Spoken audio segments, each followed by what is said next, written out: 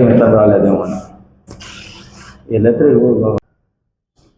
మా ఒడ్డెర జాతిని రాష్ట్ర వ్యాప్తంగా 2 రాష్ట్రాల్లో గుర్తించి ఒక గుర్తింపు తీసుకొచ్చిన కూటమి ప్రభుత్వానికి మా రాష్ట్ర ఒడ్డెర సంఘం తరపున, జిల్లా సంఘం తరపున ప్రత్యేక ధన్యవాదాలు తెలియజేస్తున్నాం. ఈరోజు బీసీ సంక్షేమ శాఖ మంత్రి సవితమ్మ గారి ఆధ్వర్యంలో ఇంత ఘనంగా ఒడ్డే ఓబన్న 219వ జయంతి జరగడం మా జాతి చేసుకున్న గొప్ప పండుగ. ఈ వాతావరణంలో మా వడ్డలందరూ సంక్రాంతి పండుగ ముందు మా ఒడ్డే ఓబన్న జయంతి జరుపుకోవడం మా కులంలో అందరూ చాలామంది హర్షధ్వానాలతో జరుపుకుంటారు. రాష్ట్ర వ్యాప్తంగా, దేశవ్యాప్తంగా చాలా శుభదినం.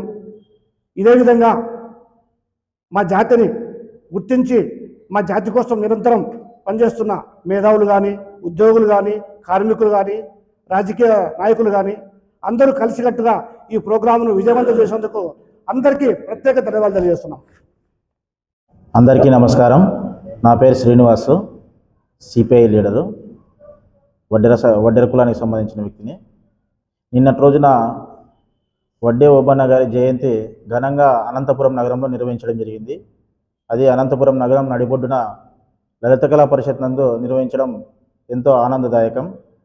నిన్నటి రోజున జరిగినటువంటి ఒక ఉద్యమము, ఒక ఊపులాగా వచ్చినటువంటి ఈ జయంతి ఉత్సవాలకి బయలుదేరి వచ్చినటువంటి అనంతపురం జిల్లా 63 మండలాల నుంచి 1000 చిల్లర గ్రామాల నుంచి వచ్చినటువంటి వడ్డెర కుల బాంధవులందరికీ కూడా ముఖ్యంగా ధన్యవాదాలు తెలియజేస్తున్నాం.